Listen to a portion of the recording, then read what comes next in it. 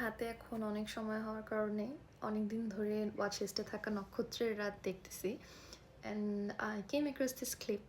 So Humayun আহমেদের ভালো মন্দ অনেক কিছু থাকলেও লেখনীর আসলে কোনো তুলনা হয় না। So I am just going to add this clip. Nepal, Himalaya কন্যা, আহা! কি শোভা!